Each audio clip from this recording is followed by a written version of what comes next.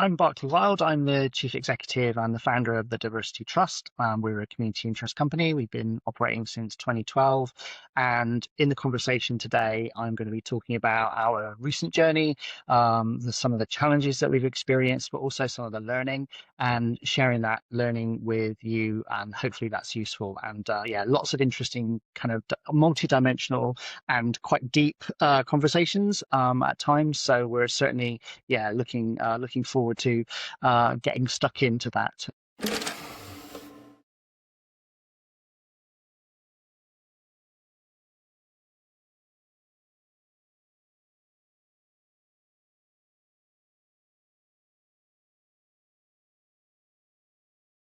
Today, as part of the Stakeholder Impact Forum, we are really excited to be joined by Berkeley Wilde, the founder and chief executive of the Diversity Trust.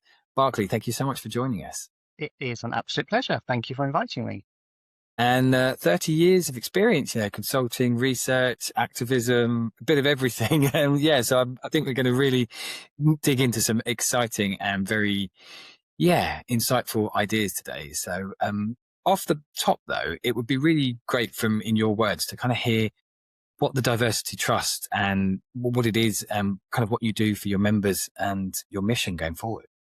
Yeah, so we were established in 2012, and that followed a period of me operating as a sole trader. So I was kind of working independently in exactly the same spaces. But what I realized in 2012 was that it was probably bigger than the sum of the parts of myself. And so it made sense to incorporate. And so we originally structured, there are three of us, myself and two colleagues. We were originally structured as a business entity, and so traded as a limited company. And it became really apparent really quickly that although we were a not-for-profit, there were more opportunities available to us if we restructured. And so we became a community interest company back in 2017, and we've been operating as that for the last few years. And really, our mission is kind of a global one. It's about influence social change. It's about creating fairer, safer society where everyone can feel valued themselves, belong, bring them whole selves to whatever that might be, whether that be workplace or education, school, college, or wherever it might be. And what we do is we do a number of different kind of deliveries.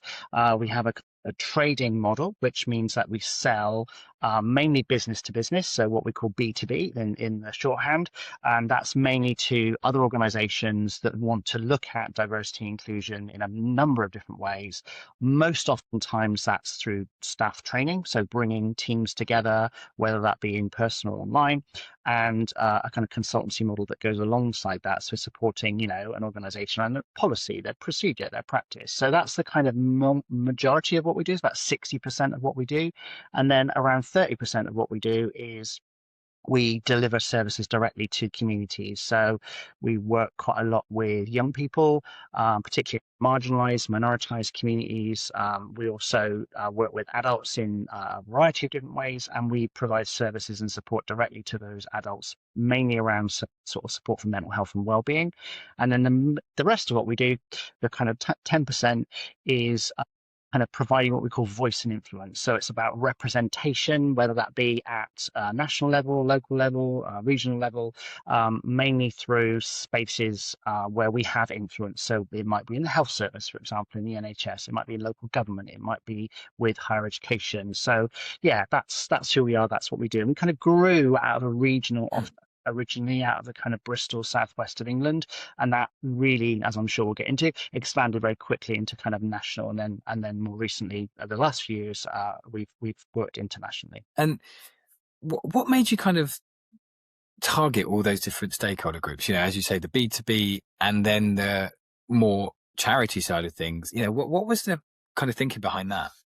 I think originally the kind of the business, that the trading was really coming out of my long-term experience of being in a lot of places through a variety of roles where I felt it was important to try and influence change, whether that be through anti-racism, anti-sexism, and challenging homophobia, challenging transphobia around disability, mental health, whatever the kind of concept was, and recognizing but that was there were oftentimes some gaps in that, and so it was about making sure that we had a space or made a place in those spaces to create those conversations, to facilitate those conversations. But what was happening at the same time was partner organizations in the voluntary community sector, within local government, and also within in health and NHS, were saying to me, there's an opportunity here for growth model around providing services directly to communities. So it's about identifying gaps, finding where those gaps were, and then saying, okay, we can deliver that, we can provide that, we can support those communities. And so that model, whereas the traded model has come very much through kind of social enterprise model, through income, through trading, that's very much where that's come from. The kind of service model, the kind of support for community, the advocacy and the voice for communities has come through grant funding opportunities. So it's about making being adaptable and able to meet the needs of more than one kind of model within an existing entity or structure. And that was really an outcome of us shifting from being a limited company and trading solely through to becoming more of a community interest company, social enterprise, and actually then trading and also having that support through grant income to be able to deliver those services directly to communities. And it's quite interesting, as you say. I'd really like to get into the growth aspect there, but I think, becoming a multi-stakeholder organization where you've got these different strands, what do you think at the moment, kind of is the key barriers, the assumptions around stakeholder engagement that people are getting wrong, whether that's the B2B side, whether that's the kind of more community aspect. What's been your findings there of what are people getting wrong in terms of how to engage, how to keep stakeholders engaged, whether that's on the business side or on the community side? I think there's a sort of general trend around a bit of pushback. I know that we've grown and lived through a lot of significant social changes in the last 5 to 10 years. We had a huge impact upon us during the pandemic when we'd been really astute and put a lot of our offers online in 2018. So when 2020 came along, we were kind of like already there. We were at the forefront of that, and so we were in a good place to be able to work in that space, in those spaces. And what happened through 2020 with Black Lives Matter and also the murder of George Floyd was that all of a sudden there was a huge number of particularly organizations trying to sort of stand up and say, we are going to provide leadership in this space. We want to be part of this conversation around diversity. And so we, as an organization, we were called the Diversity Trust. Originally, we were overwhelmed with a number of kind of organizations coming to us to ask for our support. Now and we had to respond to that, and that meant a rapid growth really, really quickly within that period around 2020. So it was like going online, all of that coming out, and then finding that was not just local, regional, national, it was also international. You were starting to get clients from literally every part of the globe, and it was quite difficult to try and manage that as a very small non-profit organization based here in the UK. And so I think what's happened over recent years is we sort of saw that, we rode that kind of wave, if you like, that curve of relatively steady growth, and then this huge, unbelievable growth, and then this kind of decline again, and then the pushback that we've seen. And I think what goes on at a local individual level is, you get a sense of resistance. So that might be resistance within teams, within conversations, where those sort of training, those ways in which people are facilitating those conversations are receiving pushback, which I think we didn't really have before. I think what was going on before was people just weren't taking part in the conversations. They were kind of, they were just like not turning up. They were not taking part. Cool. And now there is that resistance. And I think that kind of also then attaches to we don't have the data. So one of the things that I was really aware of in the gapping and the mapping in the early stages of the development of the trust was, one of the ways in which you can influence change is to be able to provide research. So, we produce research, we produce reports, and here is what we found. So we've gone off and we've asked 1,000, 2,000 people, whatever the number is, and this is what they have told us. And overwhelmingly, these are the stories. And what particularly funders really like and appreciate is those individual case studies where you've got the real voice of real people saying this is what this is what we need. And so I think we've successfully used that model, that research and development and reporting model, to be able to influence those decision makers. And that's an ongoing process. I mean, we literally just produced a report back at the end of 2025, in December 2025, which was, taken by a local authority and listened to and responded to. And, they're very seriously and committed to taking forward all the recommendations. That's gone nationally to UK Parliament, to government. And so, I think that's a way in which we can overcome that pushback, that resistance to change. But it's not to say that it isn't still there and very evident and very, and also the voices are becoming a lot louder than they were before. As you mentioned at the outset, I've been around this work 31 years. In fact, it is this year. Happy anniversary. And so, I remember a time when it felt like, you could push at a door and the door would open and it would be really easy to open that door. Whereas now there feels like a little bit more within institutions, there's a bit more resistance than perhaps there had been previously. And those voices of resistance are louder than they have been before. So it's about making sure we're staying ahead of the curve, that we're kind of like continuing to be able to provide that evidence base, continuing to publish that research, that data, to make sure it's robust. We partner a lot, particularly with higher education, academics, researchers in the aligned fields, to kind of bring credibility and provide that voice. I think that's a really interesting point that you kind of ended that around, which is these changing expectations, the changing landscape, how things are evolving, even, just since 2020, how much the world has changed, wars, pandemics, everything that we're seeing. And that is really causing this underlying issue of how do you get that door to open, whether that's with your paying members, whether that's with partners, whether that's with, as you say, government bodies. So do you feel that kind of advocacy, that research, that kind of, the data is really giving you that relevance and that trust to push that door open more? Or would you say that it's actually, it's even harder? I think so. I think the word there for me, and I know it's been picked up in other conversations that have been happening around the stakeholder impact forum, is around trust. And it's a longevity. It's not something that you can instantly win.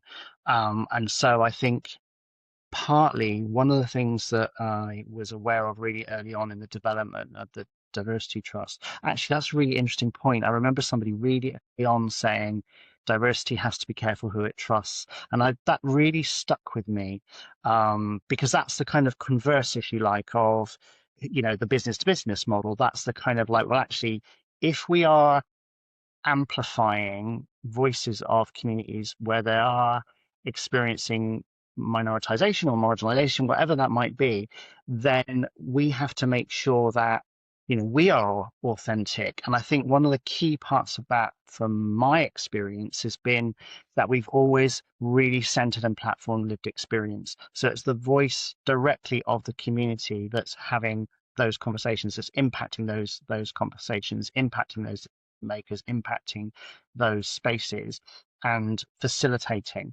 from a direct experience themselves of their own identity, of whatever that experience might be. And that was something that was really important very early on, because I felt a bit like that really famous quote, "Nothing about us without us," kind of like the way in which you talk about race and anti-racism. And it's really relevant, to all minoritized, all marginalized communities. So we've been really clear that we won't have a conversation about whatever that topic theme is unless we're centering those voices. So in a sense, through the research, what we're doing is we're bringing those voices, amplifying those voices, creating those case studies and examples through research into those spaces where decision makers are making decisions, where we can have that influence. So it's that's really, really important. And then the kind of advocacy is Mm. what, in terms of the direct delivery to communities, is, well, what's needed. We go to events and we ask people, we listen to what people are saying is missing, or what the gaps are, what's needed. And then we're like, okay, well, we can look at that. We can develop a model, we can pilot a scheme or an opportunity or whatever that looks like. We can work towards getting funding for that to be able to be possible, because that then is relevant to the people who are asking for that, because they're identifying that as a gap themselves. So it's about all of that. It's about bringing those examples through research, through listening to communities, but also listening to communities. So it's a kind of and bringing lived experience. So it's all of that, bringing that together, which I think underlying that provides authenticity, and that authenticity then leads to trust, but with longevity. That's Yeah, and they are the ambassadors of your vision. The whole mission of the Diversity Trust, getting those people those lived experiences. They become the ambassadors for exactly what you're working towards. So yeah, absolutely. yeah, it's and then kind of just sticking on the changing landscape there. Obviously, so much has happened there. What do you feel with specifically the diversity narrative? What are the kind of key trends that you're facing navigating the current shift? So, as you said, you had that growth period where people were kind of reaching out to you to partner with you to become stakeholders, and now you're seeing that kind of reverse. What are the kind of key trends that are shaping those shifts, do you think? I think we inhabit at the epicenter of what I would term culture wars. Mm. Our I think our really powerful response to George Floyd and Black Lives Matter, in terms of the anti-racism work that we had already been developing over a long period of time, that was then really kind of like taken up, and we flew with that. And that was led by people from communities that were impacted, from Black, Asian, minority ethnic communities that were impacted. And therefore, they were, so we were able to provide a platform for them to have those conversations, facilitate those conversations, and sometimes difficult conversations. And similarly, the culture war around kind of gender and gender identity and gender identity politics, so we have a really strong kind of trans non-binary team within the organization, and directly respond to the conversations, the challenges that are going on within organizations. There's a lot of uncertainty at the moment around all of those themes and topics. They are challenging, difficult topics, trying to navigate through that landscape of challenge within those kind of cultural concepts. I've just in the last 24 hours published a piece around kind of gender-based violence in relation to what's been going on around the conversation around the manosphere, for example, and how, the kind of the echo chamber that exists within, and the what I call the vacuous nature of that conversation. So we're kind of right in that space. That's what we inhabit, but we do it in a very gentle way, and we do that through kindness and through empathy and through having, kind conversations. Mm.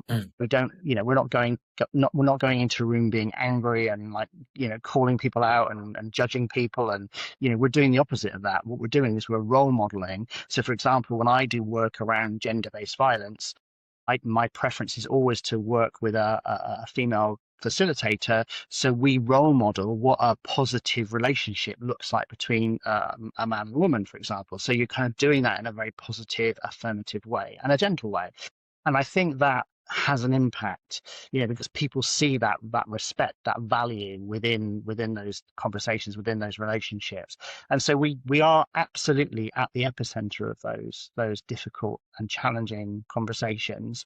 but we're doing it through authenticity, through lived experience, and we're bringing all of that into those spaces, whether that be through training, whether that be through conversations within workplaces, whether that be through supporting communities. You know, we work with vulnerable, marginalized young people. They are traumatized through a variety of different things that are going on around culture wars. They are living it because they're bombarded with it in social media 24/7.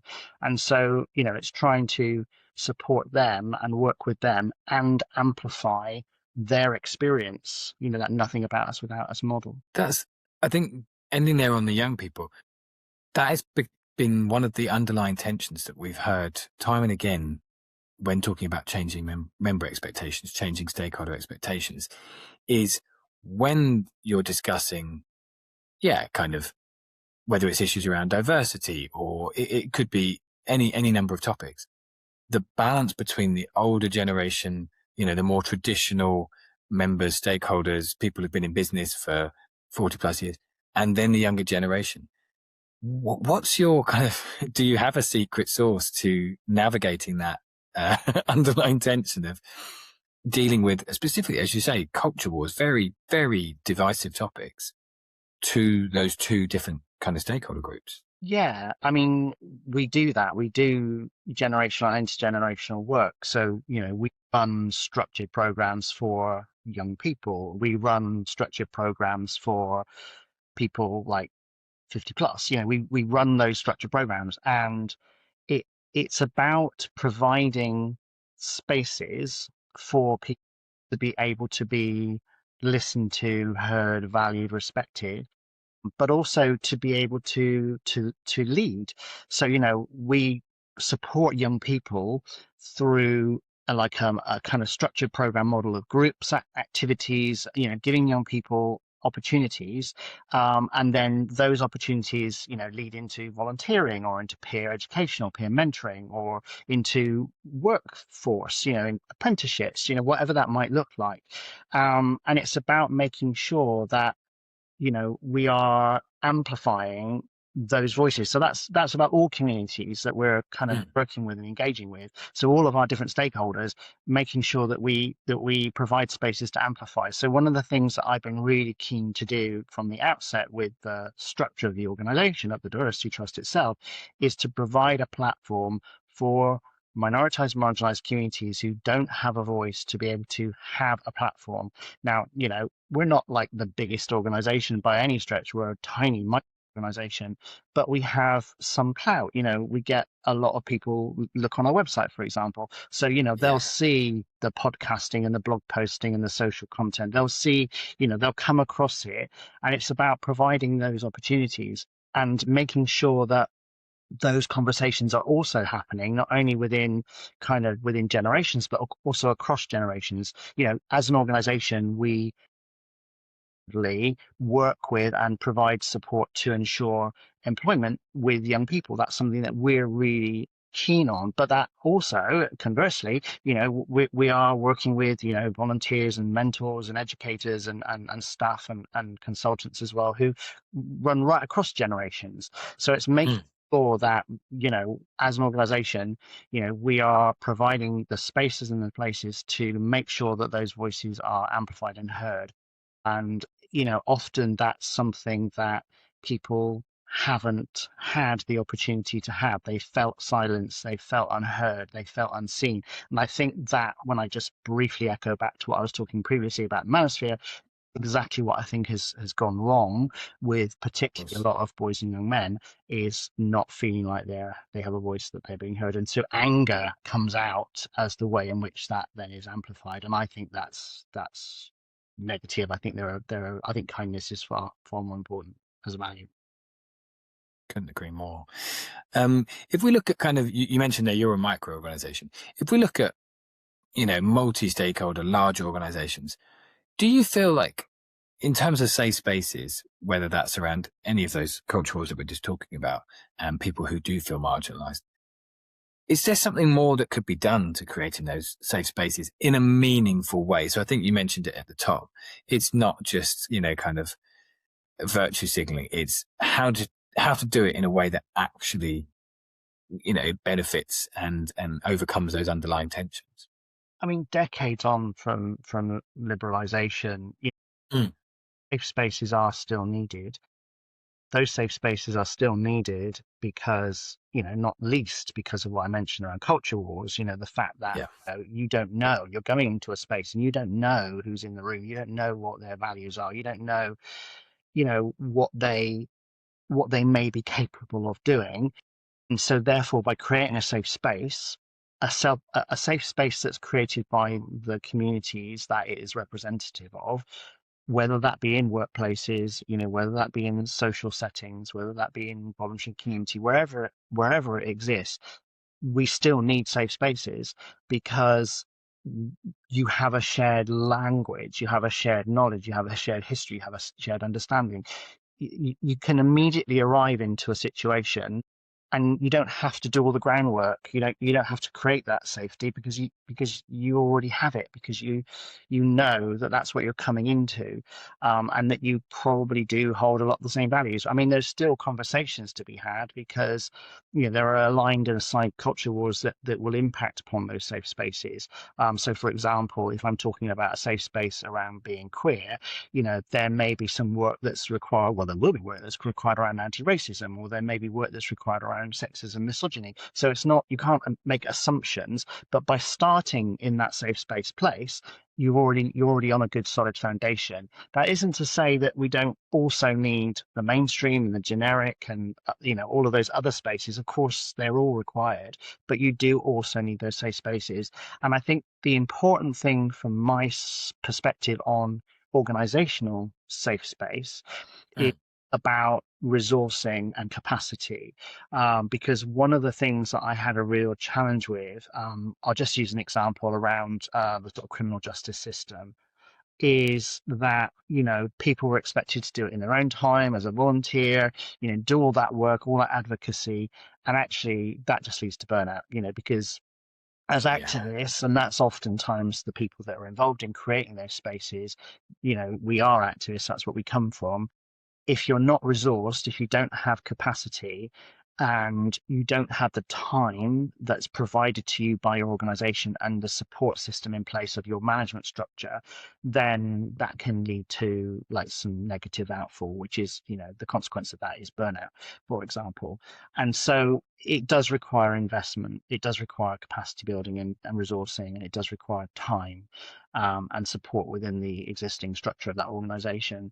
And I Mm. just think of examples of where that has been problematic. Whereas I think of conversely to that, where it's been really successful, it's had all those things in place. So that's the difference. So it does require investment. Absolutely. And you kind of neatly brought me back into something I wanted to delve deeper. You mentioned early on when we were talking about George Floyd, the pandemic, that you experienced this, you know, un, unbridled growth, just kind of overnight almost. When we're talking about capacity and resources, you just mentioned there, how did you as a team deal with that? And I suppose I'm kind of looking at what your approach to organizational resilience was of being able to deal with that level of growth in such a short space of time from a capacity and resource angle. It was really challenging. We, um, I don't think we, Understatement. I don't think we really got it right at all ever, if I'm honest. I think we're still living through the changes, even to this point, and that's what 6 years on, because it's that roller coaster. It's not a steady line of increase or decline or whatever, or maintenance. It's like it is a continual flux. And so we switched from, so there was like initially like an outsourcing kind of subcontractual model where we brought people in that had expertise and lived experience and wanted to work with us. We switched that model after a while because it became really expensive. So we then moved to an employment model. And so we started to employ more and more people. That then became really expensive. And then so we moved redundancy, which was horrendous and really painful and really difficult and traumatizing for me, particularly as an individual, particularly as the chief executive of the organization. And we sort of plateaued, and we're in a kind of an okay space at the moment where I think, we could bounce up or down depending on what's required. We are a lot more kind of like, we're a lot smaller as an entity subsequently, but we do have the wider community of people around the organization who aren't directly employed, but around the organization who we can bring at any time when those kind of, those impacts happen, if and when those impacts happen again. And we get pockets of that every now and again. And also, we had to really quickly think about, our traded income went from 90% to 80 to 70 to 60 over the last sort of 6 years or so, 5, 6 years. So we had to think about, okay, so how do we expand then the offer that we do through grant funded programs? And, they're incredibly competitive as well. So like you kind of like for every 7 grant applications you write, you might be lucky to get 1 or 2 of those 7 applications that come through as funding and resourcing.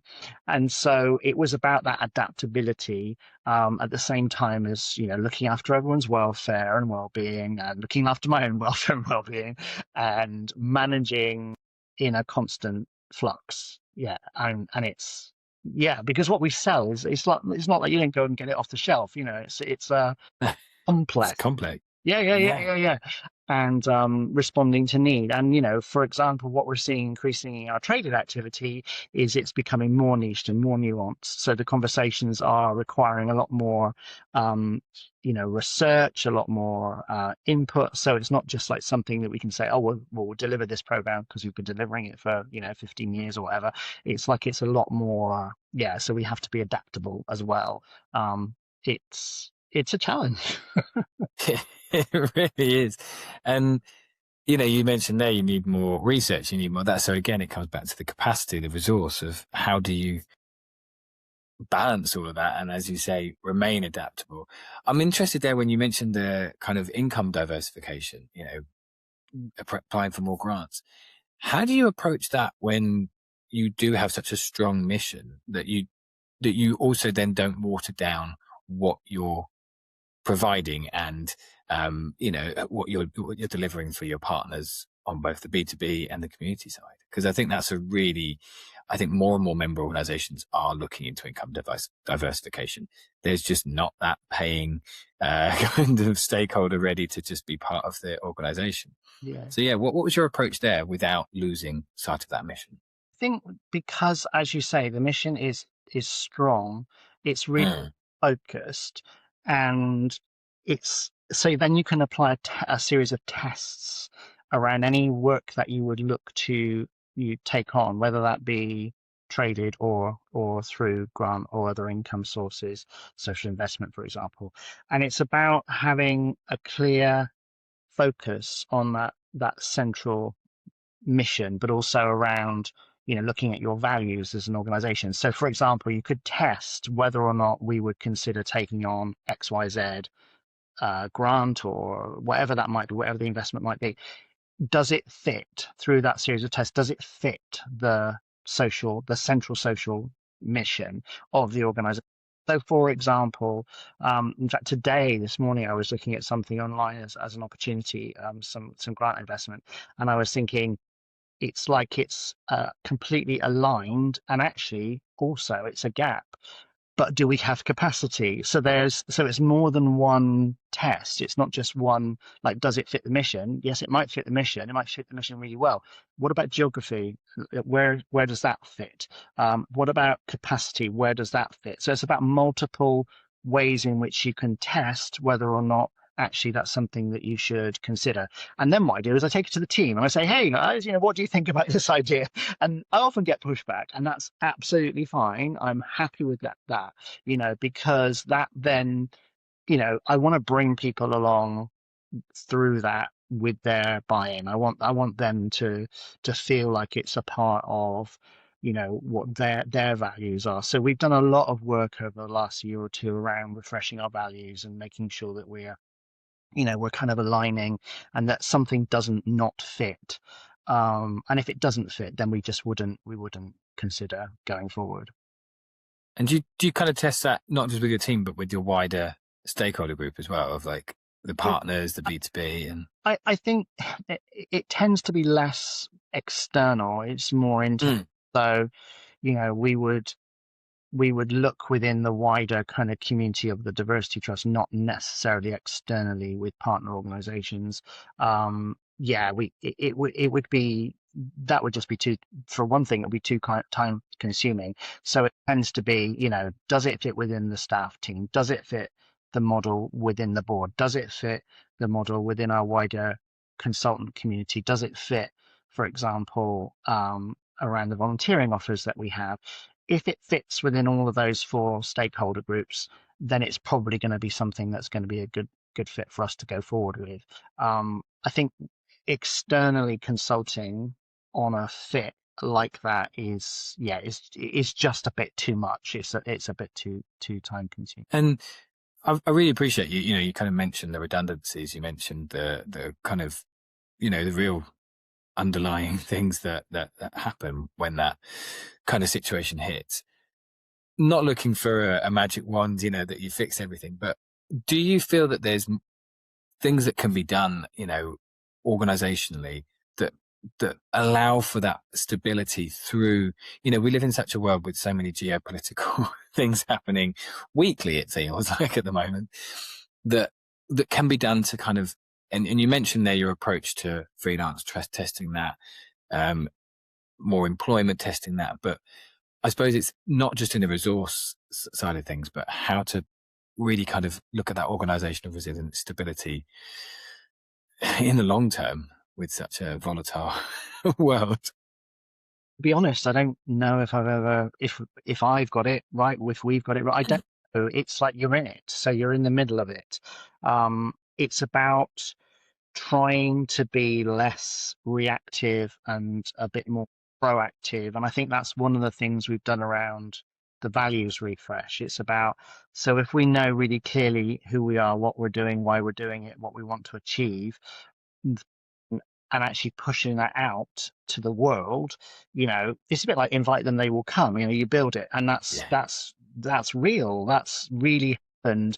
And I think that, we were given an opportunity 5-6 years ago, and we rode that opportunity. We were there, we were able to respond, not always to our ability, and sometimes it was challenging and difficult and painful.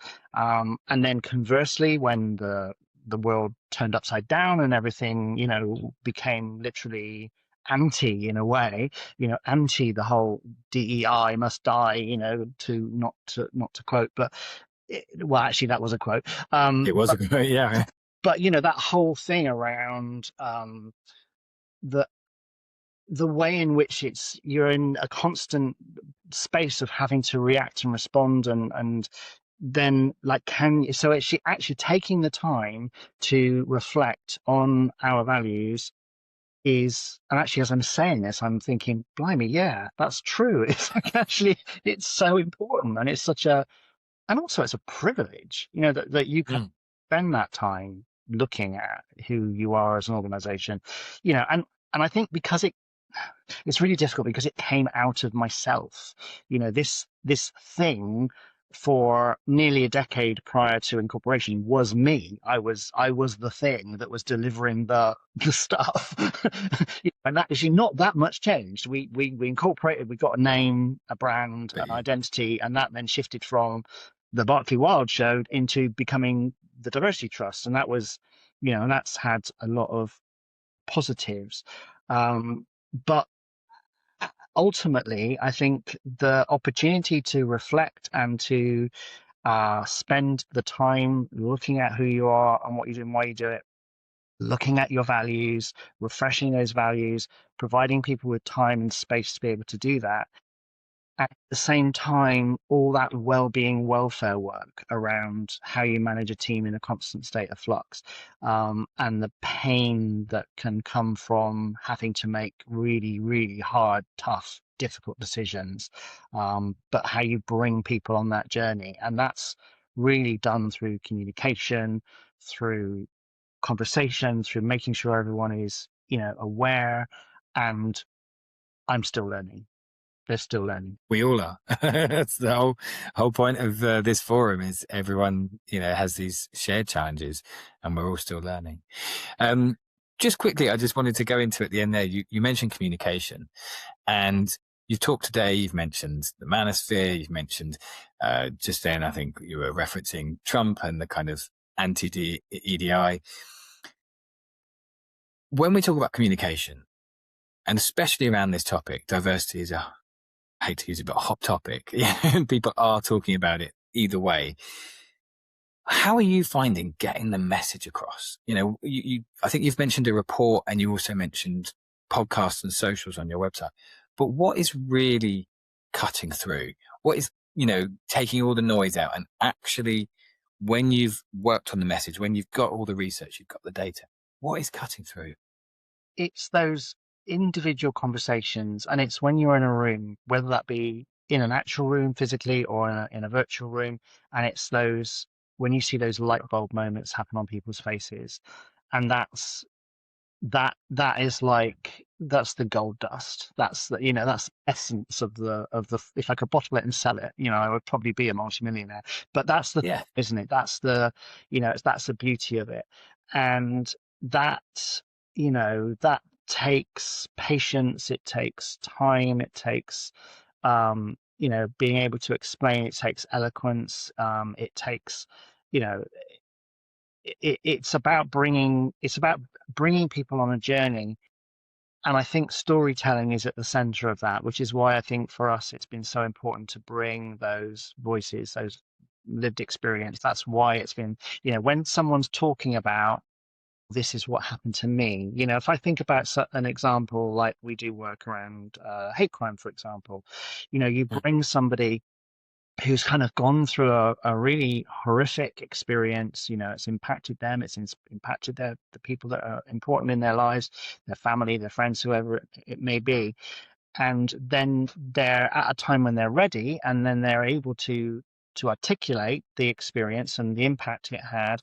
And then you see those light bulb moments popping up all around the virtual room or the physical room, and that's amazing, and it's like then that brings empathy, so people can relate to that. They can relate to the impact. They might not necessarily be able to relate to the experience, the actual whatever it was that happened, to the trauma, but they can relate to the impact and how that person has the resilience and the way in which that person has recovered or healed or whatever that might be. And that is so powerful. And you cannot bottle it and sell it. But that's the absolute gold dust from my side. I could talk about the topics that we're raising for hours, and I think there's so much that you guys are doing that we haven't even got to today, and I think there's so much that you're being vulnerable about to learn. We've talked about quite deep topics from all the culture wars that we've discussed, but just looking towards the future. And you said we're in a bit of interesting times, let's call them, based on that old proverb.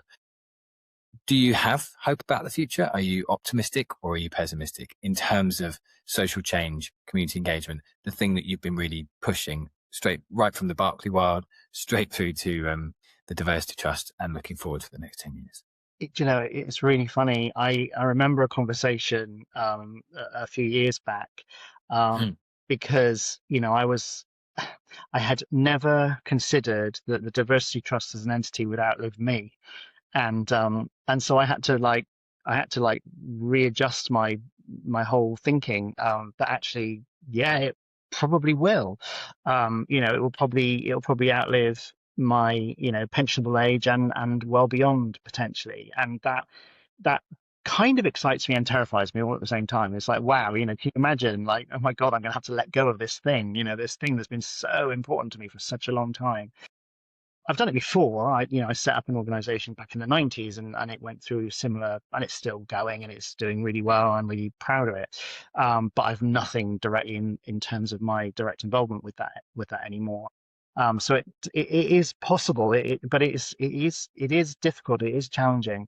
And I think the hope that I have is based on, somebody was in a conversation where I was in a training situation recently with another trainer, and it was about gender. We were talking about gender, And this participant was basically saying, look, when you think about it over decades, over generations, we are in so much a better place than we were, 30, 40, 50, 60 years ago. I mean, it's like unrecognizably different. And that, therefore, you hold on to that. You have bad actors right now, and they may have very loud voices, but actually you have to look at the what actually happens, the kind of the changes that happen. And it's, for all the noise and for all the shouting and for all the for all the language and for all whatever that might be, actually, you know I see the young people that we work with who are so resilient, who are so open, and so, like, they have, not in a negative way, but they have this kind of privilege that I didn't have 50 years ago, 40 years ago. I didn't have those, I didn't have those opportunities. I didn't have that way of being in the world. So it's so vastly different. And that gives me hope. Really, really does give me hope. So yes, we're in, a situation right now where there are very loud voices, very angry voices. They are amplified, but actually it's a blip. Love. Beautiful, hopeful end to a conversation that, there's a lot of complexity to. So thank you so much for taking the time today, Berkeley, and we really appreciate all your insights as part of the Stakeholder Impact Forum.